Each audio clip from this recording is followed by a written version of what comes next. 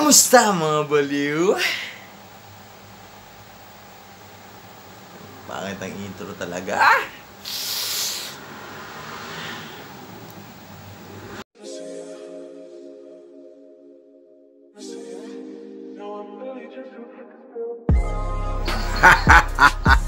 Baliw.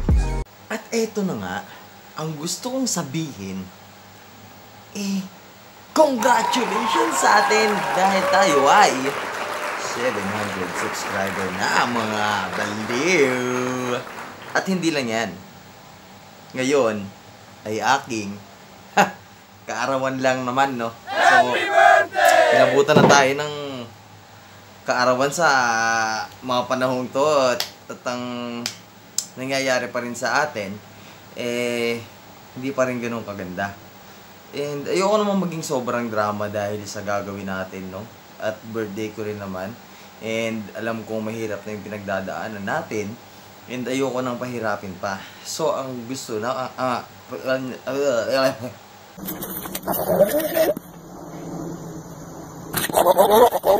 ang gusto kong pag-usapan natin ngayon, gusto kong ma-inspire kayo lahat. Reasons why, bakit ako pursue ng aking YouTubing is talagang gusto kong maka-inspire ng tao, no? And dahil 700 na tayo at marami na tayong mga manonood at makikinig dyan, gusto kong gawin tong video na to to make people crazy. Mabaliw kayo, pero sa kaalaman. Pagod ka na? So, suko ka na ba? Bakit ka na napagod? Bakit ka susuko? Sa anong dahilan? Family? Work? Friends? Goals? Iisa lang pinanggagalingan yan. The fear of failure. Takot ka na matalo. Okay.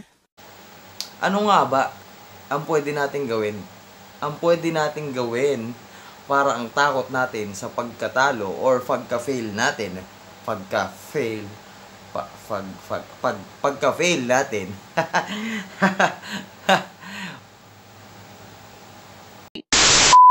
Normal mapagod, ha? Normal, as in normal mapagod. Pero hindi normal na sumuko ka agad. We have fights that we can't win. And that's true. May mga laban tayo na hindi natin basta-basta maipapanalo. Pero ano bang dapat natin gawin? Looking forward for another option. To win a battle is the way to success. Ibig ko sabihin, kung pagod ka na sa ginagawa mo and you keep on failing, we have a lot of options. Sobrang laki ng mundo. Makinig ka lang sa isip at sa puso mo. Ano ba yung goal mo? Bakit ka nagkakamali? Bakit ka napapagod? Bakit nga ba? Kasi nga, takot ka sa failure. Huwag kang matakot dyan.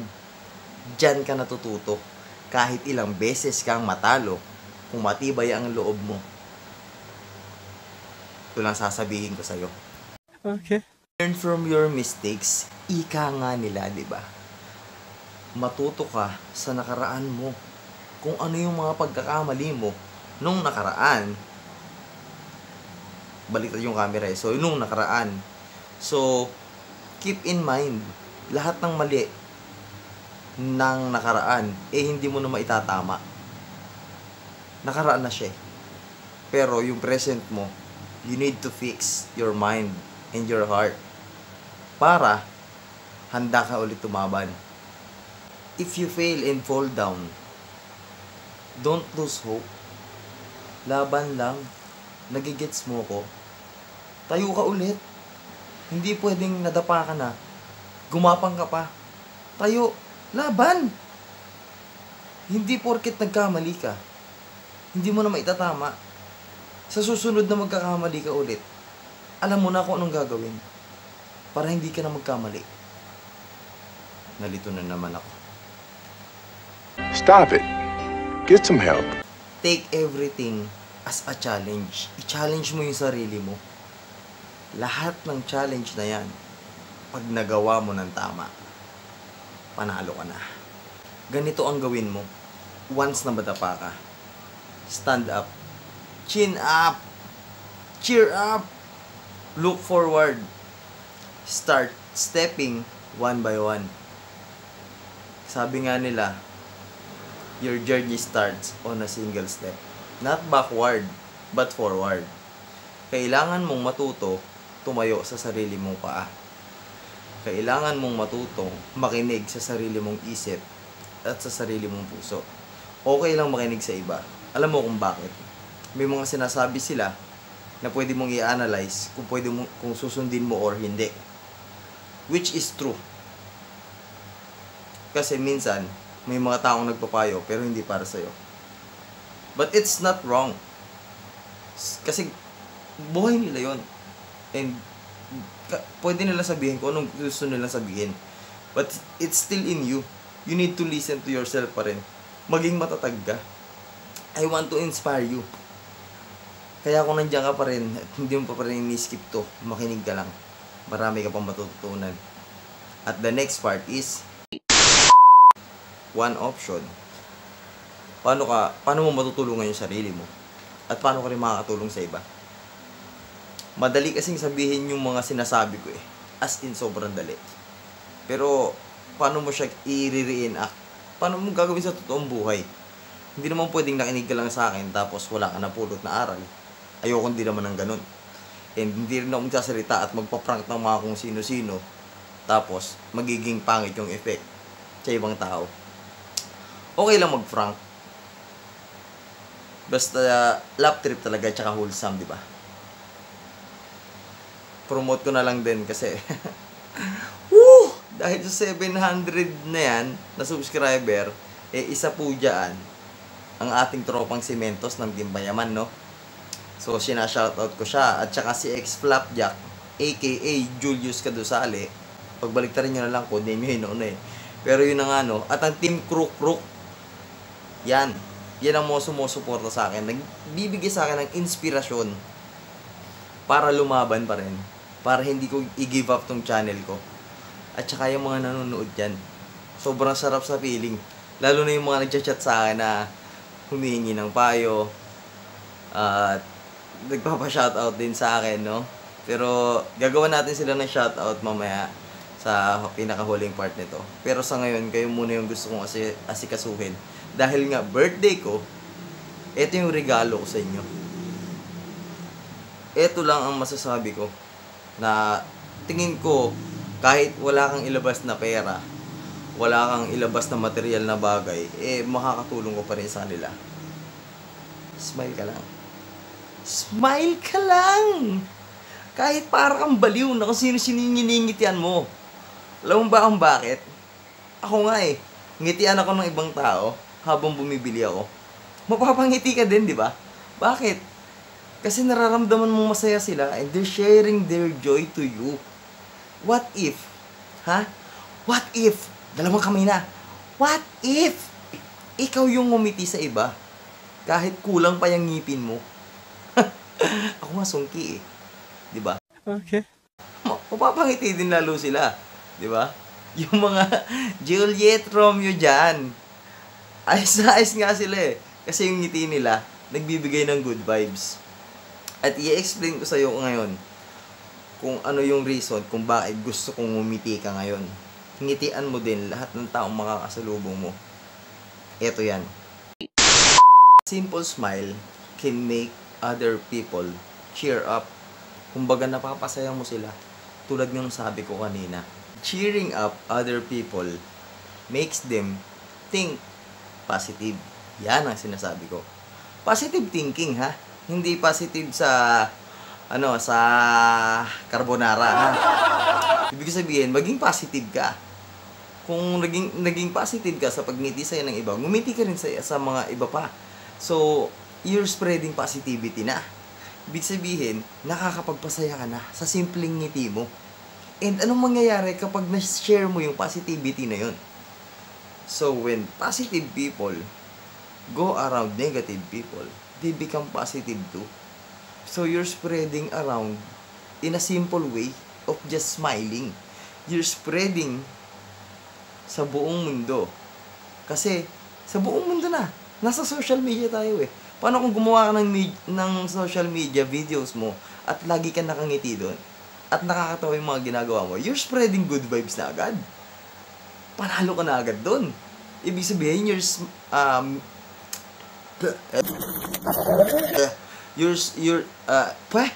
you're making people smile and think positive para sa sarili nila. And that's the way they will think na hindi pa huli ang lahat.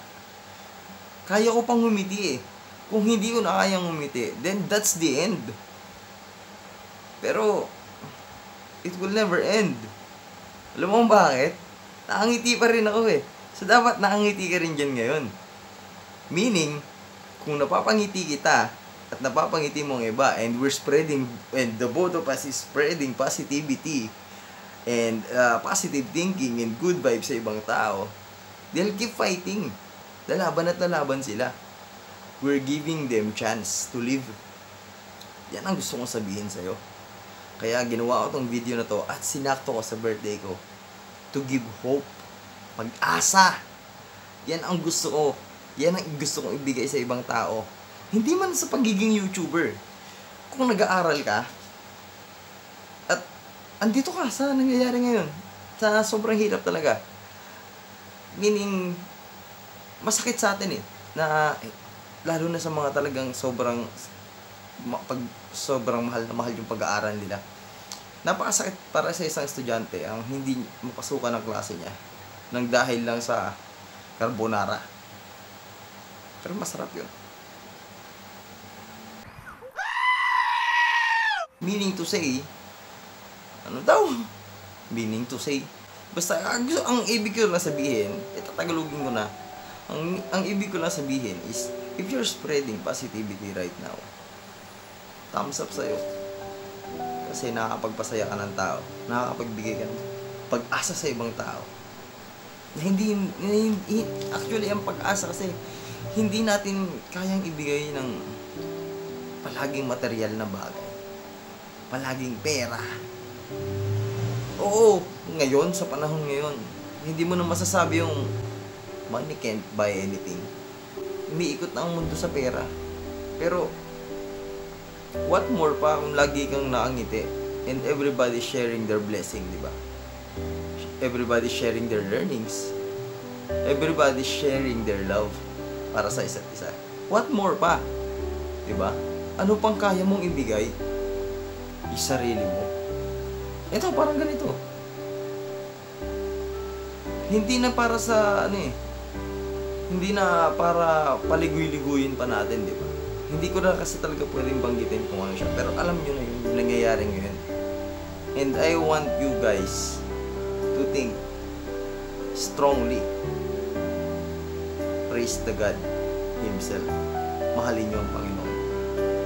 Mga kasabi sa'yo. If you're praising God, and then you're spreading good vibes, and spreading inspiration to other people, sobrang laking thumbs up yun para sa akin. Kapag sa inyo. And yun yung gusto kong parating kanina pa. At dahil nandyan kayo, maraming salamat talaga.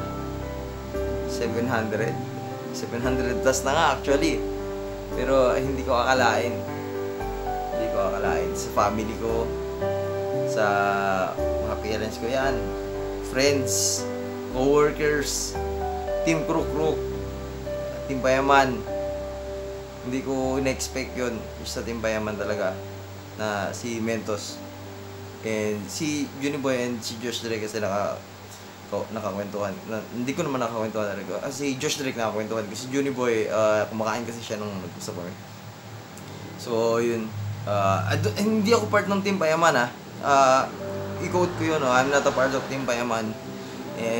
Pero sobrang thankful ako na nanonood ako ng mga videos nila and they keep inspiring Keep inspiring me. Bulol! Baliw na, bulol pa. Keep inspiring me, diba? Lalong-lalo na si Pao Sipagan.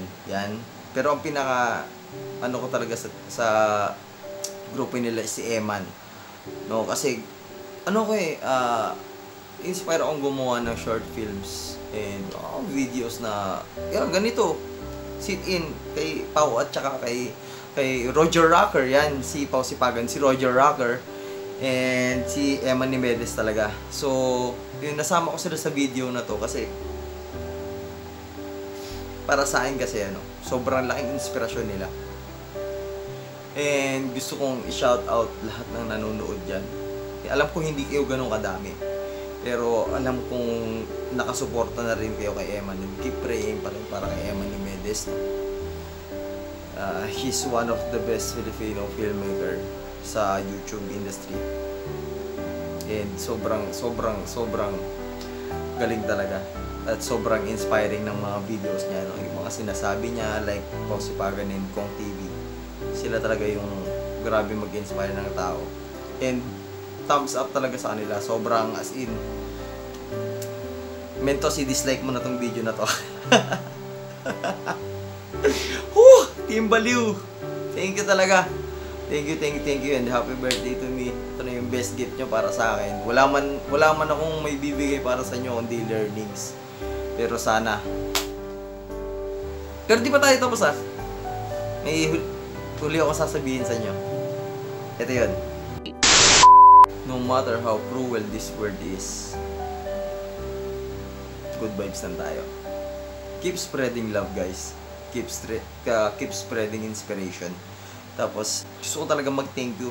As in, sobrang thank you. Wala pa tayong 1K niyan hindi pa tayo na-monetize, pero grabe na yung sobrang heartwarming lang talaga na yung sumusuporta talaga sa channel na to. As in, tsaka yung mga natutulungan namin pag nagla-livestream kami. As in, sobrang saya talaga. Hindi na ako nagsalamin kasi medyo okay na yung mata ko.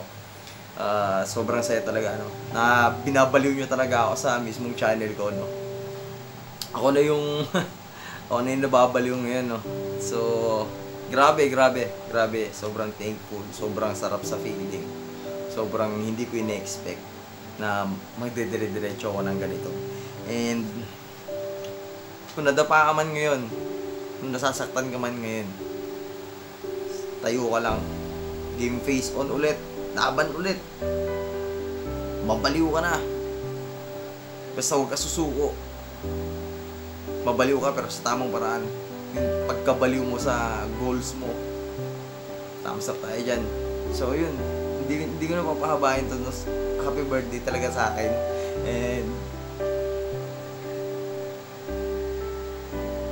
thank you sa lahat ng suporta na ako. Hindi ko ina-expect kasi sa family tsaka friends okay na yun. Pero yung sa team namin tsaka yung sa mga hindi ko kilalang tao na bigla nag-subscribe sa akin. Sobrang thankful ako. Hanggang sa ma-monetize to, guys. Tuloy-tuloy yung journey natin. And gusto ko sabihin na huwag kayo susuko. You can shed tears. Pwede kayo umiyak. Pwede kayong masaktan. Pwede kayong lumuha. Pwede kayong mag-aalit sa mundo. Pero lagi nyo tatandaan na huwag kayong magagalit sa Panginoon. Huwag kayong magagalit. Life is a big challenge para sa atin. Life is a big maze. Pero kaya mo lusutan yan. Pinayak nyo ako, mga baliw. Sana hindi pa tayong huli magkikita tayo. Paalam, mga baliw. See you on the next video. I love you all, guys. Hindi pa tayo tapos, konti lang to. Shout out naman. First time ko mag-shoutout dito. Pero nabanggit ko na rin kanina, Team Crow, Team Payaman yan. And si Flapjack, si Julius Cadusale. Shout out sa kanilang lahat. Syempre sa parents ko, tsaka kay God, syempre. Yan, shout out na rin sa mga tropa ko dyan sa lugar namin, sa Cavite. Shoutout sa inyo lahat dyan, sa lahat ng tropa dyan. Pero may special shoutout kasi ako na talagang nag-chat talaga sa akin na lagi nanonood ng video, may screenshot pa mga ganyan, no? So, kudos sa kanila sa mga nanonood talaga, no? So, si Latrell J. Obico, yan, na talagang galing yan kay Sir Mentos, kay Mentot. Yan, thank you sa kanya. Si Sean Wayne Solano, shoutout din sa'yo, idol. Yan, nagpapa-promote siya ng channel sa akin. So, siguro sa next video, i-post ko yung mismong channel na pinapapromote niya para matulungan din natin siya. And si Tol Jonas, yan. So, may channel din yan na ipopromote ko sa next upload ko. Siguro after ng birthday ko. Or after, basta mag-upload ako next week ng short film panigurado. Baka gawin ko ng ganun yun. So, yun, sana supportahan nyo and sana ma-shoutout ko rin kayo. Basta mag-PM lang kayo sa FB ko or search nyo lang naman Mr. Short Name. Yan, yung mismong pangalan ko dito sa, or mag-comment kayo down below. No problem naman, mag-comment kayo dyan. Nagre-reply po ako. Lahat po na magko-comment, nagre-reply po ako dyan mga idol. Kung gusto nyo magpa-shoutout next video, mag-comment na kayo, screenshot natin yan. Joy Santillan, ito yung nag-chat din siya sa akin. Nag-chat ako sa kanya kasi galing din siya kay Sir Mentos. Nag-PM kami, yun nga, galing siya doon. And sa kanya, kudos sa'yo. Hindi ko talaga napansin na shinare ni Mentos yung post ko. And thank you sa'yo. And Joy Santillan, mega shoutout sa iyo dyan, no? And at sa pinsan ko na talaga namang ilang araw nang nangungulit sa akin, shoutout ko siya, no? Si Paulinan siya, yan, pinsa ko sa Cavite din yan. And isa sa last na babatiin ko na talagang lagi nababaliw sa mga videos ko na. Ako naman baliw na baliw sa mga videos nila, nakakakain nila, no? Mukbang sila ng mukbang, no? Si Nato Balanza, ang YouTube channel niya is Ina and Nato. So, maraming salamat sa nanonood. Bye-bye ulit.